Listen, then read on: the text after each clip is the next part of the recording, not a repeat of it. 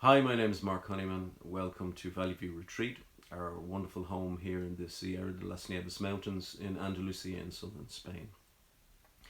Today's video is going to be probably the first of a 2 or 3 part series in which I actually talk about living off-grid and all of the other terms that you may have heard, what they mean to me, and what's possible and what's probably not possible, and eventually end up with the big lie, which we'll reveal and discuss.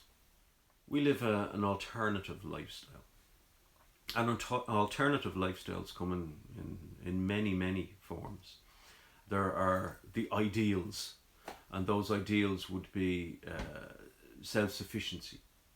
So you're producing every single thing that you need to sustain life on your little homestead. And you never need to leave because you grow all your own food, you have all your own water, you generate all your own electricity. Everything you could possibly need is here. In order for that to be real, of course, you'd have to be producing a significant excess, which you would be able to sell in order to create money, which you would have to use to pay your taxes, to pay your share of maintaining the infrastructure where you live. This may be in the form of a land tax or a local rates tax, or I don't know, but almost anywhere you live you're going to be required to pay some sort of tax for the maintenance of infrastructure, and you're going to need real money for that. They won't take carrots or grain or 2 chickens. So in order to be self-sufficient, you would have to be more than self-sufficient. You'd have to be producing excesses.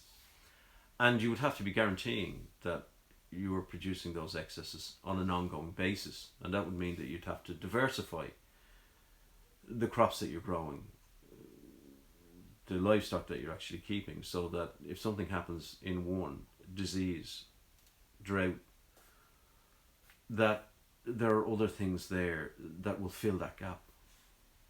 And it starts to get bigger. So you start off being self-sufficient, I'll have a nice little homestead, and then suddenly you realise that actually it's not. It's a farm. It needs to be pretty much a commercial farm in order for you to be self-sufficient, because you have to be producing money. In this day and age, you must be producing money. And that makes the whole thing, the whole self-sufficient thing, much more complicated than you'd originally thought. Are you really simplifying your life? I'm not entirely sure. For the vast majority of us, we live a hybrid existence, and the degree of compromise we make is based on a number of factors. And these are things that you need to consider long before you take whatever the little pot of money is that you have and go off to buy your dream homestead.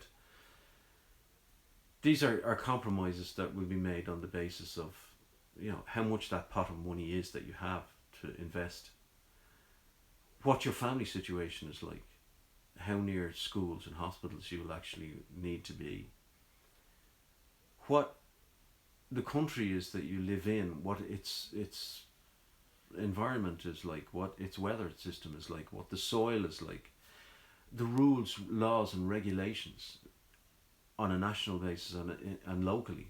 What are you allowed to do and what will you not be allowed to do? If what you really want to do is only possible in one part, in one locality, can you actually live there? Are they people that you'd want to be mixing with, that you want to spend the rest of your life with? Are there amenities that you will need close enough so that that's possible? These are all things that you need to plan, and you need to look far into the future and say, the choices that I make now have to be sustainable, not just environmentally sustainable, but lifetime sustainable. Are the choices that you're making in terms of what your homestead is doing, are you still going to be able to do those things in another 10 years, 20 years, 25 years? Is your homestead going to be sufficient enough, efficient enough, productive enough, so that when you can't do these jobs anymore, you can pay someone else to come and do them, and it's still producing enough to support you and your spouse and possibly your children? These are things that you need to think about and things that you need to plan for before you make a decision about where you're going to live and how you're going to live. And for the vast majority of us, it means that compromises need to be made.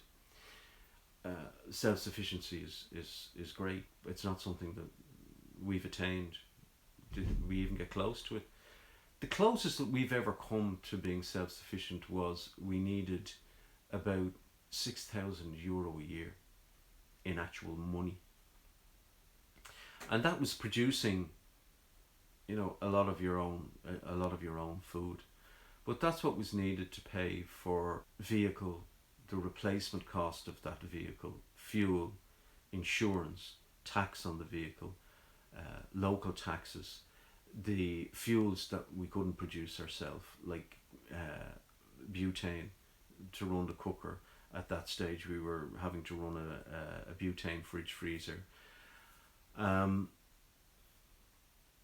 We were having to replace tanks for water storage every so often, and our solar system would need to be replaced every so often. And the solar system we had was very expensive, but wasn't capable of meeting all our needs all the time. So we had to have a generator, and that generator would need fuel, and it would need maintenance, and it would need to be replaced after a certain period of time. And we needed to put enough money aside so that if we had a medical emergency, we could deal with that, or if one of us got sick, that wasn't going to be the end of our lifestyle. And that was the minimum, and that was working very hard on growing crops, on storing water, on trying to keep the land as fertile as possible. We live in a very dry place, and it means that our crop growing season is relatively small, and even then it requires that we have a huge amount of water storage, that we're treating grey water, and it doesn't allow for the inevitable decrease in fertility of the land. The soil here is very thin. We're on a very steep soil, and even with chickens that we were keeping, chicken manure or whatever, it wasn't enough, so you'd have to buy in fertilizer and be very careful very careful about the crops that you grew, and rotating those and all that. And it was a huge amount of work for very little. The difference between all of that work and the inevitable decrease in productivity over time and buying in our own food was like a couple of €1,000. And if you're already working, if you already have an income, then adding a couple of grand into that is not as difficult and time consuming as doing all the work on our land. So we decided what it is that we wanted, and we wanted to be as carbon neutral as possible, as eco-friendly as possible, and as self-reliant as possible. Not self-sufficient, but self-reliant. So the choices that we made about the things that we bought, we were buying things that we could repair.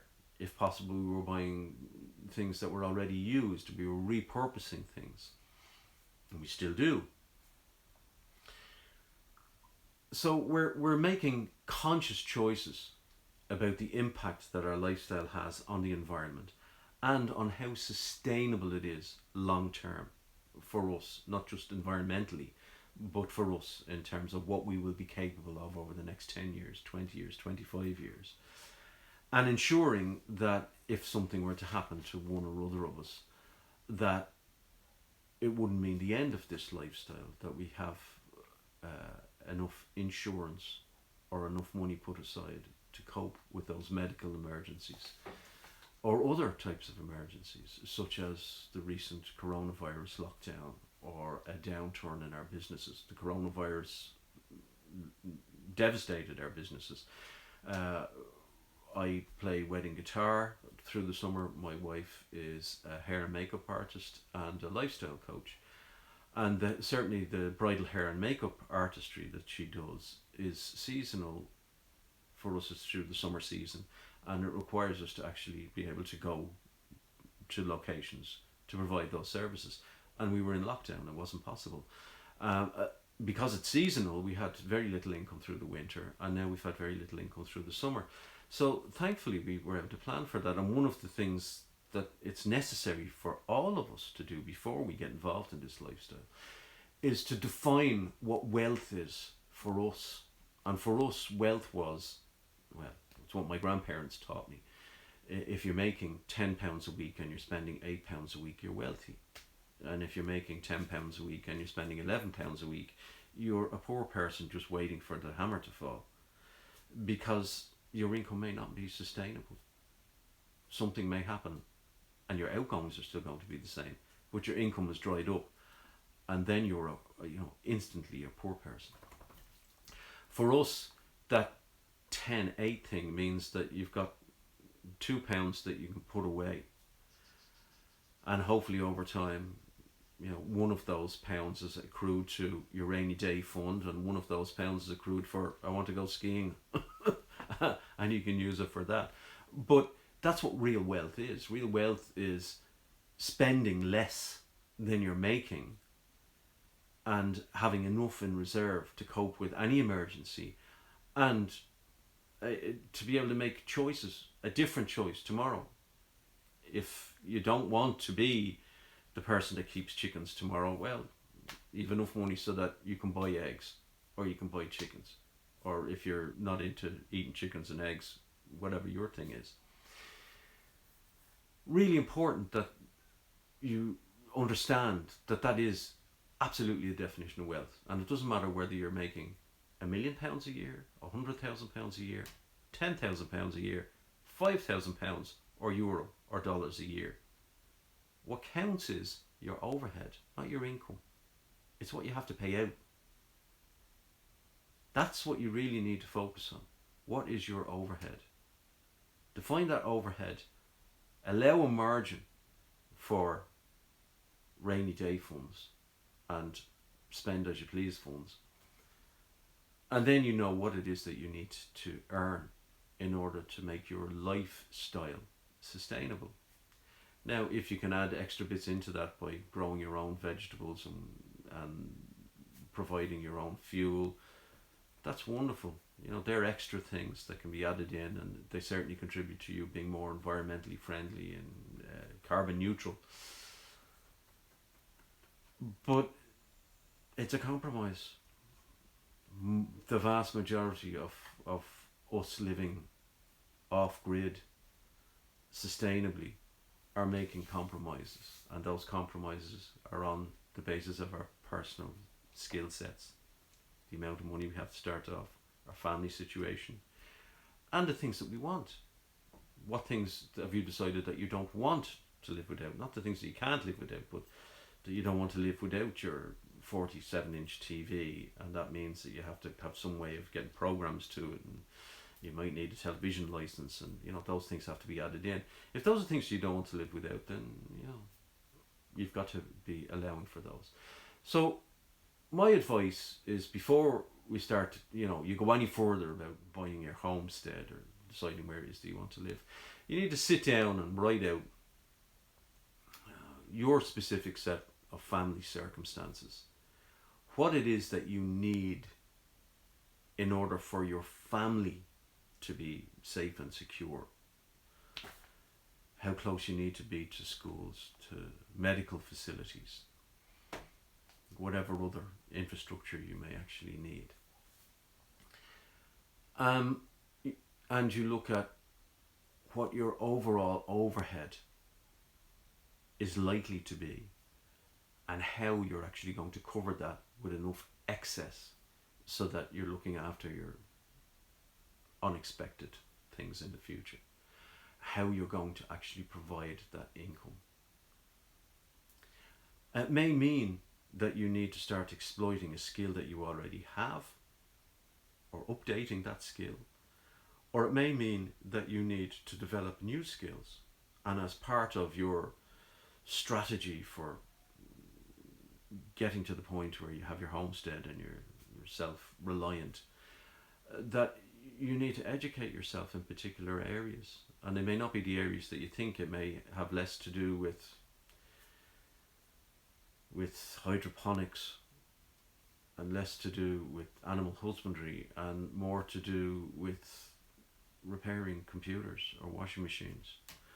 or guitar playing, or hairstyling, or internet marketing. And you need to look at diversifying your income streams so that if something happens in the environment, if something happens in the world, that it has less impact on you than devastation. That there's still income streams there that aren't dependent on one particular set of circumstances being always in place, because they won't be. No matter what, something's going to happen in the future that will throw you off. That will mean that one or more of your income streams dry up or reduce significantly. So you need to have diversified enough so that that's not the end of the world. So have a think about that over the next week. And next week we'll look at some more specific things, and we'll talk about the great lie.